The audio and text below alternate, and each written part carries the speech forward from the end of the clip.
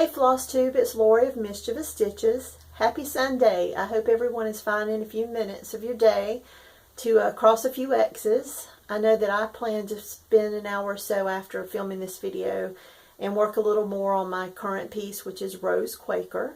I've posted a few pictures on Instagram and I've gotten a lot of great comments, so thank you for cheering me on. I do appreciate it. I plan to, at this time on this video, I plan to continue working on it as a monogamous piece. Crochet is very concerned that I may have jinxed myself when I said that in my last video, which I did do last year. I don't know if you were watching me back last year, but I had started the Susan Rambo sampler and I was really enjoying her. She's a beautiful sampler and has very pretty flowers in the border, and I worked steady on her for about 2 or 3 months. And then I started the Rose Quaker with a couple of friends, and I only worked on Rose Quaker enough to get a motif or two done, and I put it down. So I did a lot of that last year, just starting things and not completing things, and I want to get my whip pile down. So I'm hoping to be more of a monogamous stitcher this year. It doesn't mean I won't start anything new. It just means that I want to give a little more focus than I did last year to certain pieces. So right now that's going to be Rose Quaker, and I'm going to show you where I'm at. I did finish up the right hand corner since last weekend, and so I now have 2 pages complete, and I'm working on the 3rd page, which is actually page 4. There, and I've gotten 2 motifs done on that and gotten the outline of a 3rd, which I plan on working on later this evening. I got a question on one of my Instagram photos about, because I do stitch this using a table clamp frame, and the question was about the stitches getting squished when you put them on. I want you to see some of them, but when you put them on a frame. And if you zoom in or you're looking at this on the TV, I don't see where my stitches are getting squished. But I have noticed in the past that that does happen when I use, back in the day I did not take my pieces off of my frame after I finished stitching for the night. And so when I would leave my pieces on the Q-snap, I didn't use, the Q-snaps or the old hoops that I used back in the day, it would leave either creases in the fabric that you couldn't always get out, or the Q-snap itself would squish my stitches. So I learned over time with the Q-snap that I use pieces of felt. I just get a 50-cent piece of felt from Hobby Lobby, and I cut it into strips, and I usually stitch on an 8x8 Q-snap when I stitch on one. And I put this between the clamp and my piece. And when I use the table clamp like I'm using with Rose Quaker, I don't leave it on there. So after I finish stitching, if I stitch for an hour, I take it off, I put it away in my my project bag, but I don't leave it on that frame consistently for days or a day or 2 until I move the frame again. So maybe that's something someone else has run across or had a question about, so I wanted to share it. But if I had to answer that question as to how mine do not get squished, it's because I don't leave my piece on the Q-snap or on the frame. Once I'm done for that evening, I remove it and put it back on. And that's not always feasible for some people. I've seen a lot of stitchers, and everyone's going to do it their own way, so I'm not bashing it the way anyone else does stitches. But when you're stitching on a huge piece, it's sometimes difficult when you're using something like a Q-snap to get your piece on there snug just like you want it. So if you've ever struggled with that, you think you've got it where you want, and then you put that last snap or the last 2 snaps on there, and your fabric's wonky, or it's a little cattywampus or something like that. And so I understand the reason why some people leave the pieces on there. It's just not what I do, and I think that is why I'm not seeing smushed stitches. So yesterday I went to visit a friend of mine. I've talked about them before, And we didn't do it so much last year, but we're getting in the role of doing it again this year. But we would get together about once a month, and we would try new things, new crafts, new recipes, just to kind of test. We might read a book, do canning. And so yesterday we got together, and one of the girls decided she wanted to give diamond painting a try. So she bought all of us a small little kit, and I wanted to share mine with you. So I did this one yesterday. It was my first time with diamond painting.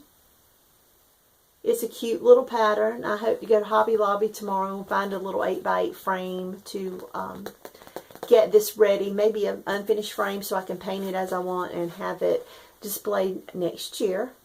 I did enjoy it. I know a lot of you have shared over the past year that you have diamond painted, and I was interested, but I just hadn't stepped out and got one of my own.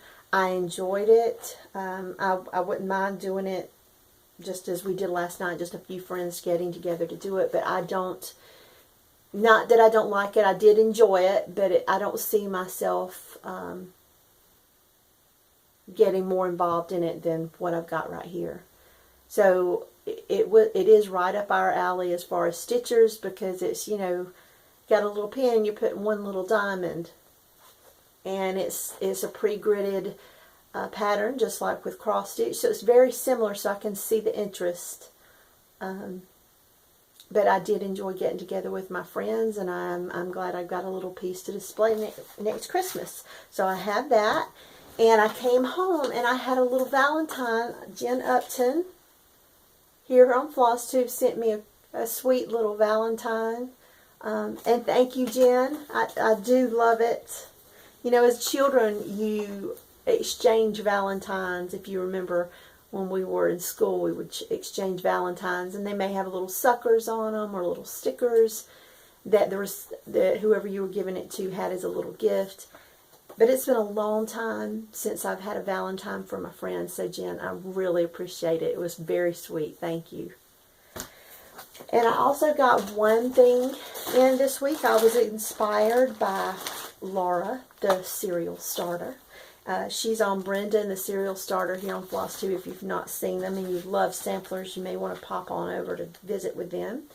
But I got the Eunice Tan Creole sampler. I kept saying salad. Sampler by Manny Didana. And I got a piece of 40 count light mocha to stitch it on. I do not have the threads. No, I don't plan on stitching it right now, but I wanted to have it, so I ordered it. And because no pattern can travel alone, y'all know I love Lottie Da. I missed out on this because I wasn't stitching around Christmas. So I picked this up, and I also picked up a piece of 40 count country mocha to stitch it on. I've seen several of you stitching this on Instagram, and it is beautiful. I love the reds in that, but that's just one of the colors of the Christmas holiday, isn't it? So maybe next year I'll have a start on that. And I've continued working. I don't think I've shown this to you either. I started a crochet afghan for my daughter Chelsea last year, and I was going to work on it and get it to her by Christmas. Well, that didn't happen. And so I pulled everything out because I had used a pattern from someone here on Instagram, and I couldn't find the pattern, and I didn't remember anything about it. So I restarted it using the lark's foot stitch. I'd used the same stitch to make an afghan for my father last year, and I got his to him. So this is Chelsea's, and of course I did 4 feet wide, and I'm working on the length. I love the way that looks. I've already sent her a picture, and since she didn't know I was going to do it for a Christmas present, but I sent her a picture of what I had started because I wanted to hold myself accountable. And now that I've told her I was going to get it to her, I will. So this is it. And so, like I said, these are the colors that I have chosen, and I love it. I think it's really neat. And so I started on working on that, but with my hands, I'm not ready for crochet. Like I said, I've got a few rows there, but it was a little too much the last time I stitched on it. My hand has improved. Thanks for all of those who checked on me. I started therapy last week, and just like many of you said, therapy is key. It really is. I've seen a lot of improvement, and I look forward to my appointments this week so that I can gain more and more strength every week. But it is improving, and I'm doing very well. So thanks for all of you for checking on me. And so until next week, I'm going to continue to work on Rose Quaker, continue to watch some more Flosstube this week, and to make sure that I'm inspired and you give me the incentive to keep stitching along with you. So until next time, happy stitching. Bye-bye.